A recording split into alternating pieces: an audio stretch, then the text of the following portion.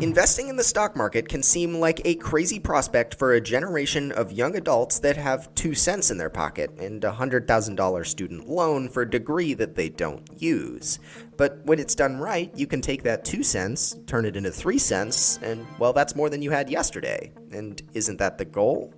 In all seriousness, the stock market is often perceived as a big scary abyss of money that eats unsuspecting investors alive and is the path to a magnitude of wealth for those that understand it.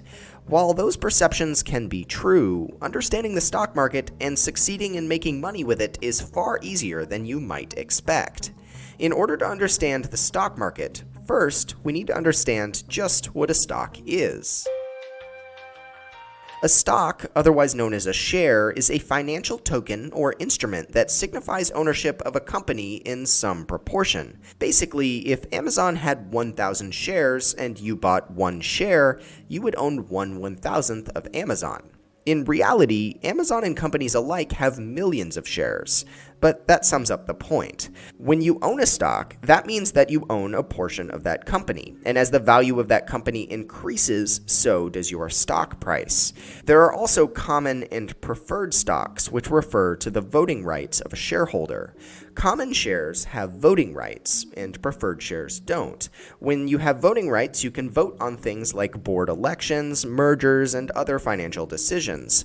Preferred shares, however, are called that because they get preference when a company pays a dividend, which is basically a split of the profit of a company with the shareholder, and they also get preference in other financial situations. Stocks can get much more complicated than that, but these simple understandings will serve enough to the basic investor.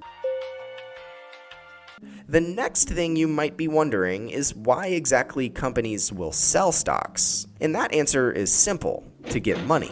Stocks allow a company to raise massive amounts of operating capital with essentially no extra effort or product.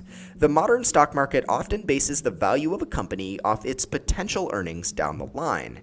This means that relatively small companies can earn millions, or even billions, if investors think that they can succeed in the future. So then, if a company wants to sell their shares, they need a place to do it. Enter the stock market. Companies list shares by selling them through an initial public offering, or IPO, on an exchange. This essentially changes the status of a company from a privately held business to a publicly traded one. IPOs can let company founders cash out their stake or just let the company raise money. Once a company's stocks are listed on an exchange, the public can trade them. Usually prices will fluctuate based off of public opinion, but the more concrete trends and fluctuations are usually dependent upon a company's earnings and operations. These can be measured by PE ratios, or price to earnings ratios, as well as a variety of other metrics. This is usually where casual investors get scared and their eyes start to glaze over. But fear not, it's not as complicated as it sounds. Next, we need to understand how and why a share price fluctuates. The stock market is composed of millions of investors and individual traders who all feel different ways about a company. They all make independent choices, and the net of those choices result in the positive or negative movement of a stock. If more people buy, then the price has to climb. If everyone wants out of a company, then the price falls due to lack in purchasing demand. An example might be this. Say you post something on Craigslist for $100. After posting, you get 100 emails saying they'll come to purchase your item all cash right now. Most people at this point might start thinking that they priced their item too low and thus raise the price until, in theory, it reaches the most that the one single last buyer will pay for it. Conversely, if you receive no offers, you'll likely keep dropping the price until someone bites. This is similar to how the stock market moves, except that the price rise and drop isn't done consciously, rather by millions of transactions every second, supply and demand. Which brings us to that topic. For every stock purchase or sale, there has to be a buyer and a seller. If there are more buyers, then the price will go up.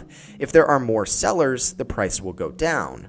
Traders often might talk about the bid-ask spread, which basically means the difference between the bid, or what someone is willing to pay to buy a share, and the ask, or what someone is willing to sell a share for.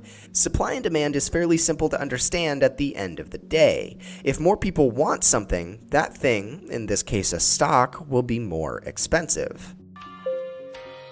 At the start of stock markets, matching buyers to sellers was done manually on a trading floor. Now it's mostly done automatically by trading systems.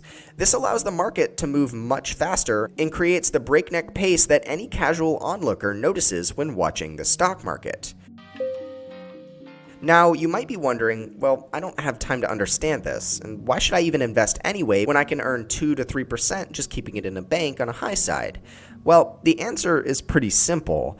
If you do it right, you can make a lot of money. Using a common example that you might have heard, if you bought $1,000 of Amazon stock back in 1997, you'd have roughly $1.5 million today. Now, that's a long investment timeline, but I think most people would agree that the purchase would be worth it. Other companies often provide return rates like 30 to 70% each year, which is still going to build you a lot of wealth compared to that 2 to 3% each year kept in a bank account. In essence, as long as you're able to make more than 3% in the stock market, you're doing better with your money than just keeping it in the bank. Now that we understand the stock market to be a real-time marketplace where you can purchase a part of companies you think will succeed, the next step is to figure out how.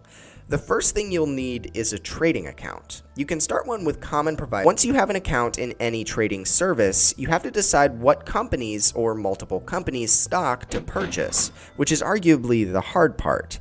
You also have to have a certain amount of money. Stocks range from a few cents to many thousands of dollars. The key thing about stocks is that you can't purchase part of one. It's either all or nothing. If you want to invest in Amazon, you'll need at least $1,800, at least at the time of recording, to get started. But you can buy much cheaper, well-rated companies for a few bucks. Before you make a purchase, you want to do extensive research to make sure you understand what a company does to make money, whether they're in good financial standings, and also see what experts think about a company and whether you should buy it.